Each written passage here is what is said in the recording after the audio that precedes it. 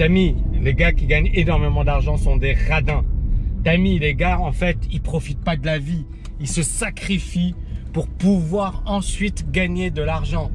T'as mis, je n'ai pas envie d'être l'homme le plus riche du cimetière.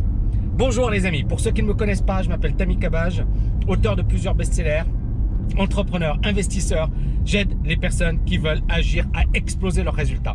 Alors c'est quelque chose qui revient très souvent, une objection qui revient très souvent quand on parle d'argent.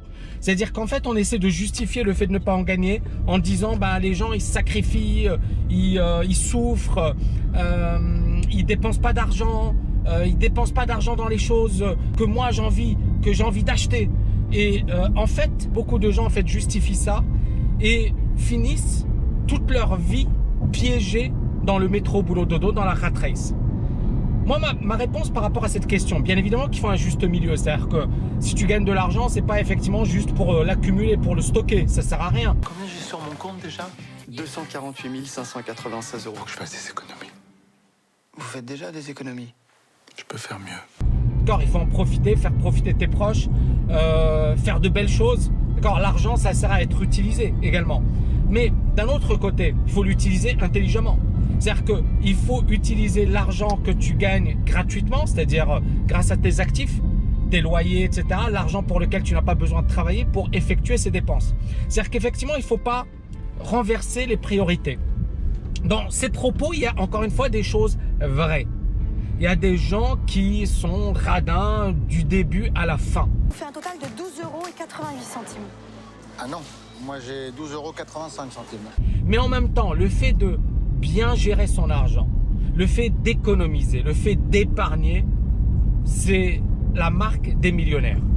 C'est l'étude de Millionaire Next Door qui a été réalisée aux États-Unis qui montre qu'en fait, les gens qui deviennent millionnaires n'ont rien d'exceptionnel. Ce sont des gens normaux qui n'ont rien fait d'extraordinaire, ils ont juste un job, mais ils ont fait des choix que les autres n'ont pas fait. Par exemple, ils n'ont pas roulé dans des Porsche ou dans de belles voitures de course ou de luxueuses. Leurs dépenses sont minimes, c'est-à-dire qu'ils ne vont pas trop dans les restaurants, ils ne vont pas dépenser dans des choses qui finalement ne vont pas leur rapporter grand-chose à long terme. C'est-à-dire que finalement, le piège de la société de consommation classique, c'est-à-dire que nous tous, on est dans ce piège de la consommation. Moi, mon père lui-même, ma mère me disait « Ouais, bon, nous, on n'est pas riches, mais au moins on profite de la vie, on vit bien, on se fait plaisir. Regarde les autres, ils sont radins. Alors bien évidemment, ils ont acheté une belle voiture, une belle maison, mais en fait, ils sont radins, ils ne profitent pas. » C'est deux conceptions de la vie, c'est-à-dire que pourquoi tu deviens riche? Pourquoi tu deviens libre financièrement? Moi, je vais vous dire, le numéro 1, c'est la sécurité et la liberté. Sympa la baraque. Vous êtes en location? Non, on a acheté cash. Ah ouais. Sécurité et liberté. C'est-à-dire que moi, quand je me suis retrouvé au chômage, quand j'ai tout perdu suite à un divorce douloureux, quand je me suis retrouvé, voilà, déchiré, dans une dépression profonde, que je voyais mon fils un week-end sur deux, que quand j'allais le voir et quand je le ramenais chez sa mère le dimanche soir, je rentrais chez moi, je prenais le train, je chialais. D'accord, c'était le déchirement. Si j'avais eu du pognon, ça aurait rendu ma vie beaucoup plus facile. J'aurais pris un logement juste à côté, j'aurais pu vivre selon mes conditions, c'est-à-dire l'argent aurait tout facilité. Moi, j'habitais dans le 18e, eux, ils habitaient du côté de Saint-Cyr, pas loin de Trappes. Et en fait, ça me faisait quasiment parfois 2 heures de trajet. Parfois, je loupais le train d'1 minute, il fallait attendre une demi-heure, 1 heure. L'argent facilite les choses. D'ailleurs, pour info, quand j'ai eu ça, bon, j'avais pas de voiture. J'ai passé le permis, parce que même une voiture à Paris, ça coûte une blinde. Il faut payer le parking, il faut la voiture et compagnie.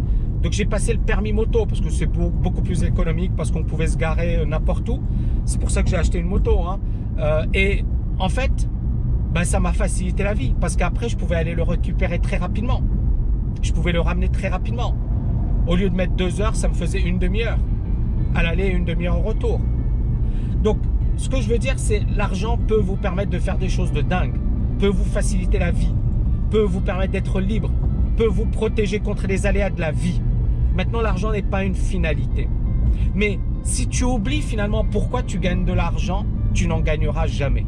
C'est-à-dire que si tu te dis, bah finalement l'argent, voilà, c'est pas ça le plus important parce que moi je veux profiter de la vie à court terme, t'es foutu. Dès que tu as un souci, dès que tu as un problème, dès que tu as effectivement quelque chose qui t'arrive, un problème ou voilà une mésaventure ou quoi que ce soit, tu es en grave difficulté parce que tu ne t'es pas protégé.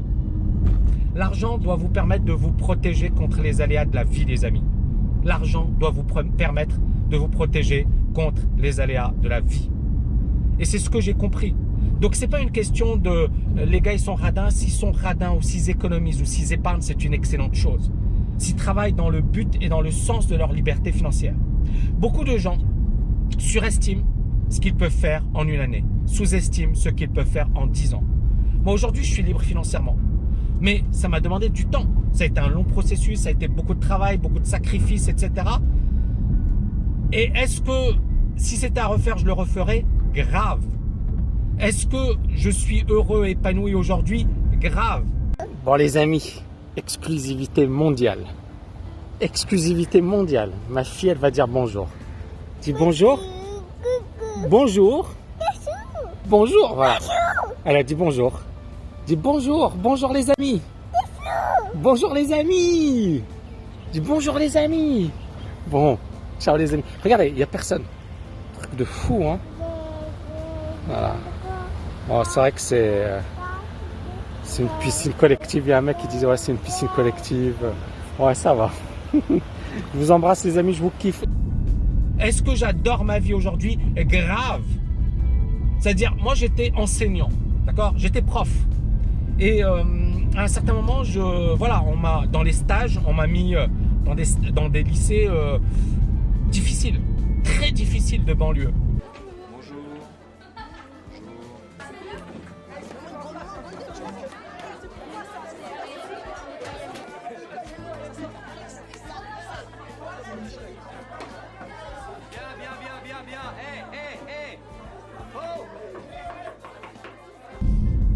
Et j'avais le contraste parce que j'enseignais à Dauphine et j'enseignais à Aubervilliers. Et Aubervilliers, voilà, j'ai adoré ce lycée, j'ai adoré les étudiants. D'ailleurs, il y en a même qui m'écrivent aujourd'hui, qui sont devenus avocats, qui me disent Tami ou Monsieur Cabage, c'est génial, tu m'as apporté énormément. Mais c'est dur. Moi, j'avais une prof le vendredi soir, elle avait une classe de 35 élèves, prof d'anglais, elle chialait à la fin. Et il y avait un prof qui devait avoir 60 ans, 65 ans. Il était mais triste, d'une tristesse. Ça faisait peine à voir. Et en fait, il n'avait pas le choix. Et c'est vrai que bon, les jeunes dans ces lycées, c'est pas des jeunes faciles. C'est-à-dire, c'est des parcours super difficiles. Moi, j'ai vu des parents, j'ai vu des situations, ça m'a fait mal au cœur. Il y avait une fille, allez, je vais le dire, même si c'est une fille petite jeune, qui me dit à un certain moment casse-moi pas les couilles. Moi je la regarde, je dis comment tu me parles quoi, tu me parles comme ça. Ensuite je convoque sa mère. Sa mère, elle vient me voir, elle me dit Monsieur Kaba, je suis dépassé. Et en fait sa maman avait les ongles noirs, elle était ravagée par l'alcool. Et quand j'ai vu ça, je me suis dit, waouh, d'accord, je la comprends la fille, je la comprends, c'est-à-dire, qu'est-ce que tu vas faire dans de telles conditions? C'est-à-dire, je me mettais à sa place, je me disais, waouh, c'est la misère humaine, vraiment la misère.